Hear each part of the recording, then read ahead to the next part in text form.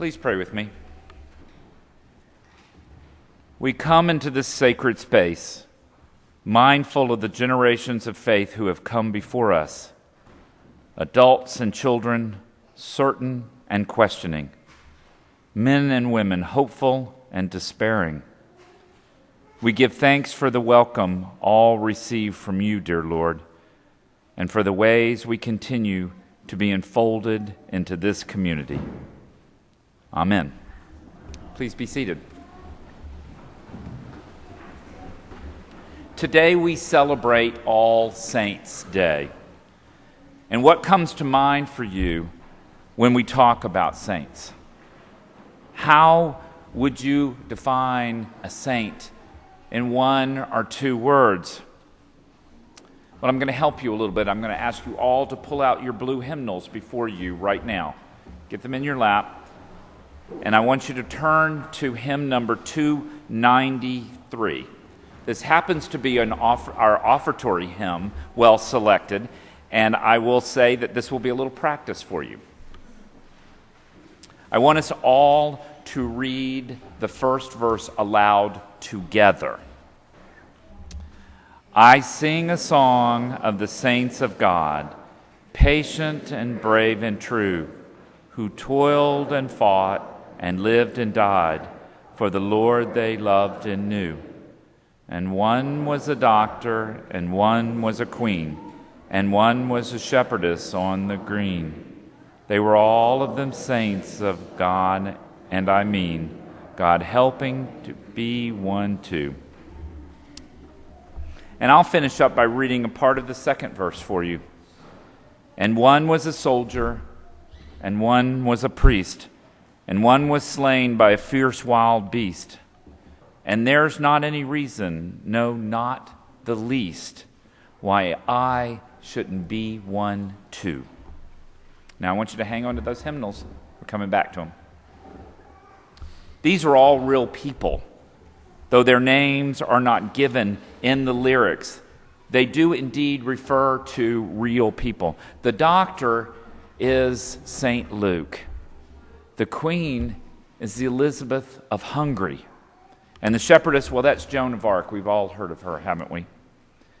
And in the second verse, there's St. Martin, St. Thomas, and lastly, a Christian martyr thrown to the lions during the terrible persecution of the Romans. Each verse ends with the idea that we are saints too. Now, I don't know about you folks, but I do not aspire to follow in the footsteps of those larger-than-life, admirable saints of long ago, for nearly every single one of them ended up as a martyr. Their lives ended too soon. Their deaths came by way of savage and horrible means. They are heroes of our Christian faith. To stand with any of those saints would be unimaginable for me and perhaps for you as well. Now I want to look at verse 3 from this hymn. Perhaps this can speak to us at a level which we can more easily connect. There it says, you can meet them in school, or in lanes, or at sea, in church, or on trains, or at tea. And here's the clincher. For the saints of God are just folk like me, and I mean to be one too. For the saints of God are just folks like me, and I mean to be one too. I want that to sink in with you folks for a moment. They're talking about us. Ordinary people leading ordinary lives, just like us at Christ Church in Warwick. We are all children of God by the virtue of baptism, and in God's eyes, all have equal status. And it says in the book of Lesser Feasts and Fasts, the church is the communion of saints. That is, a people made holy through their mutual participation in the mystery of Christ. Isn't that a wonderful expression?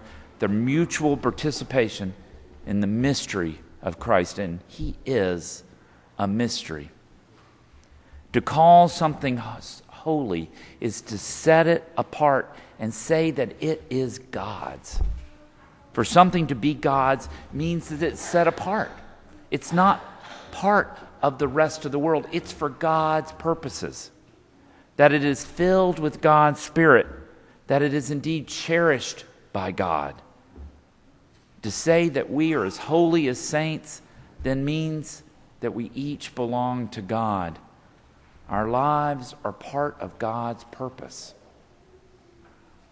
Now, what is the common thread that knits us together in one communion and fellowship? Well, for us, it is baptism, the sacrament by which we are named as Christ's own forever. Do you remember that? You are marked as Christ's own forever. We are set apart, made holy in baptism, and become members of the communion of saints, just like that. We're all saints. We are God's holy saints, and you must remember that always. Sainthood is not something that is earned by an elite few who somehow live lives of extraordinary piety or some miraculous virtue. We are saints from the day of baptism. Oh yes, we are still sinners, weak and human fully. Yet we are saints because we have been touched by God and marked as His own forever. Those saints of days past answered God's call in extraordinary measure. They opened themselves up completely to the gift of God's grace and the support of the Christian community. And what of the saints in this present time? We need to be connected to the stories of our whole community, past and present, in order to understand how we too can effectively minister and be God's saints in this broken world today. I would guess that all of you can name persons who have significantly encouraged and strengthened you in your daily walk with God. Not famous people, but those ordinary people who loved and inspired you to become more fully human in the sight of God. In the prayers of the people today, when Phil reads them, we will pray for people who have died, that they may have a place in His eternal kingdom. Phil will linger for a moment over that prayer so you can remember those people you loved who have moved on from this world. These are the saints that we meet in school, in lanes, at sea, in churches, on trains, and at tea. These are the saints of God too, just folks like you and me. Many of these people you will remember were members here at Christ Church. Regular people, just like you and me, that supported this community with their time, their talent, and their treasure, volunteering, worshiping, and pledging when they joined this community and supported it. We remember them with all those loved ones in our lives, those saints whose stories are knit together with ours as we mark this All Saints' Day.